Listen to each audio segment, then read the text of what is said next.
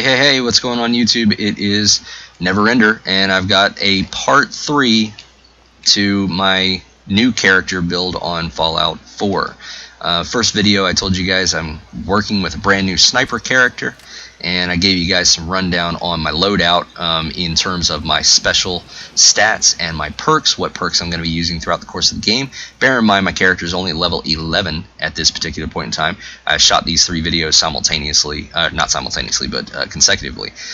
And now I'm getting into part 3 because honestly part 3 is the reason I sat down and decided to start recording these videos anyways. Mr. Brandon. What? What do you want? Oh, no, not right now.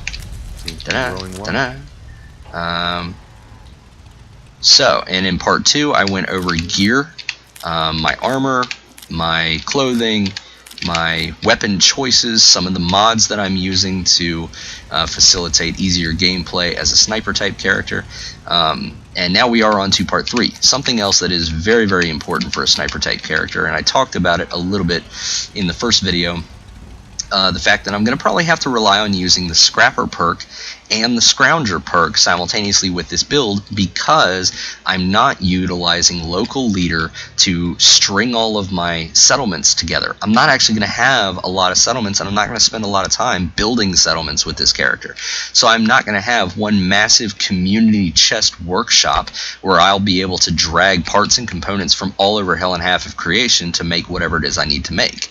Now I'm going to have some facilities set up that I will visit periodically when I need to, but at the moment I'm not doing any of that. So what I've set up in the meantime here in Sanctuary is a very, very simplistic ammunitions factory. It's actually a recycling factory and an ammunitions factory. And long short, first and foremost, these are mods. Sorry, this is a mod. This is the recycler. You dump junk into it, the junk is broken down into its constituent components, and then it is sent to the conveyor workshop storage unit, and that is also a mod. You want to look for, I believe it's called Manufacturing Expanded. I believe that's the name of the app for that. Not the app, the mod for that. Long short, you dump a bunch of junk in here, and the recycler breaks down each particular piece of junk into its constituent components, and then when it dumps off here into the conveyor workshop storage, it doesn't actually go into storage here. There's nothing in this box, and there will never be anything in this box, because when it dumps into here, it automatically throws everything back into here, into your actual workshop. Now this will only work on a per settlement basis, so it's not like, you know, dumping into here will put, you know, we'll put stuff into the workshop in 10 Pines Bluff, but you know, you set up one of these and you can come back and dump all your junk there. This is beneficial to me for a couple of different reasons. Basically, I'm using this to make it very easy to find the exact components that I need to build things. As you can see here, these are all components. Okay, there are not objects in here. These are components that have been pulled out of objects. I recently just cleared out all the junk that I had in here, but let me see if I can't run around and grab up some junk. I think I've actually got some stuff here, right here in my house, that I'll dump in there just for the sake of argument. There's a salt shaker, a pepper mill, a coffee tin, a saucepan lid, another small saucepan. We'll throw the bread box in there. Oh, there's my tea kettle. There's a beer in my liquor cabinet for some reason. Let's see if, okay, so here's a dog bowl. Alright, that actually contains plastic, so what'll happen is the dog bowl will go away, but everything else, now of course I'm using what is here in the settlement, and if I were to go into build mode and scrap this coffee pot, it will automatically break it down into plastic, steel, and asbestos for me. Okay, but if I take, you know, if I'm out in the world and I collect junk, I can bring that junk back here and put it into the recycler and get all that shit broken down into its constituent components.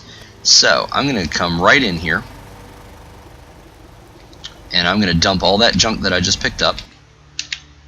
Oh, there is no dump all. Now this is a downside. There is no store all junk button, so you're going to have to manually dump all that crap. there's everything I pulled out of my house, plus the dog bowl. Okay, that's all loaded into the recycler. As soon as I power up the unit, it will start recycling that shit, and it will dump it right into here, which automatically goes right back to my, automatically goes right back to my plant workshop. So, power switch for the entire facility. Power is on. Okay, and there it goes. It starts working almost immediately. Let's jump over here. There's some steel. There's some aluminum. Here comes some plastic. And come in. There's more plastic. And that's it. It's done. It just went through like those, half a dozen items or so that I put in there in just a couple of seconds, and it's already broken them down into their base components and dropped them right into the workshop for me. Now, that is not the only piece of factory equipment that I've got going on here. I also have a ammunitions plant. Ammunition plants are controlled by terminals. The terminal has to be connected directly to the plant. Okay, the plant has to have power, and it has to have a storage unit or some other kind of bin to catch everything in. I just put a conveyor storage unit on the end. That just made more sense to me. Now, I'm a sniper at the moment, and my most powerful sniper weapon is a 308. So all you do is go straight into your terminal. You select your ammunition plant control, and you select what type of ammunition you currently want to make. Now, at the moment, this is all I have the ability to make. I think the game actually does, over time, it adds more items in there that you can make, or maybe it's basing this off of parts and components that I currently have in inventory. Either way, you select the item you want to manufacture. I want to build 308 rounds, so you select that, and it will pop up and tell you this is your new item you want to build, and here's what it is going to require: copper, lead, fertilizer in a 1:1:1 ratio. Alright, all you do then is back out. Now, in order to set that up, your ammunitions plant has to have the components in it that you need. Alright, now you can do this one of two ways.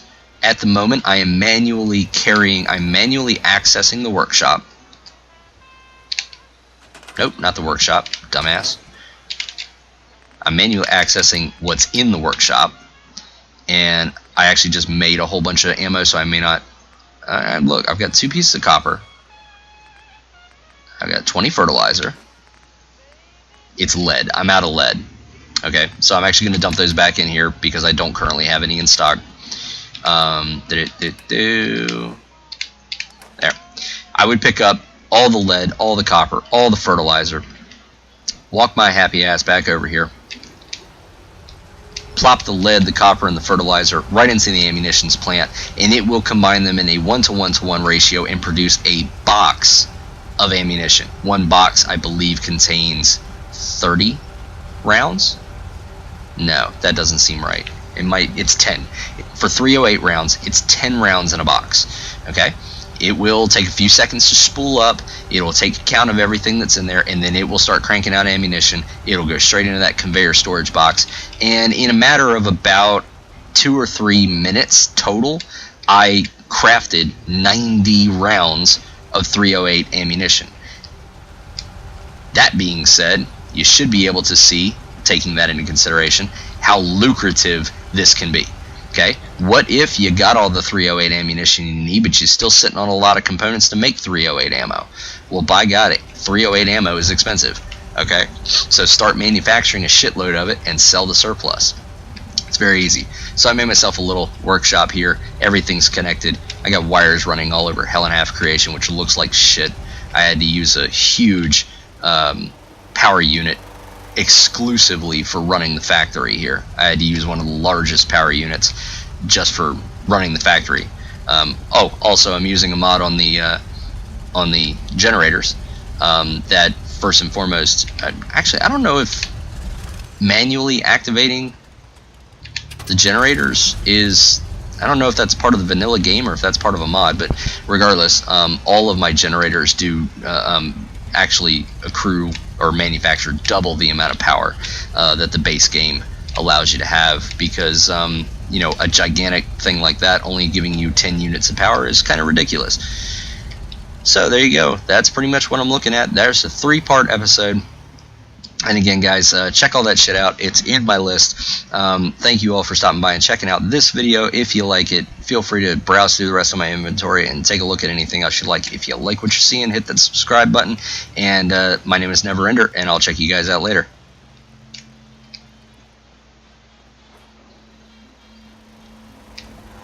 Cow! There's a cow!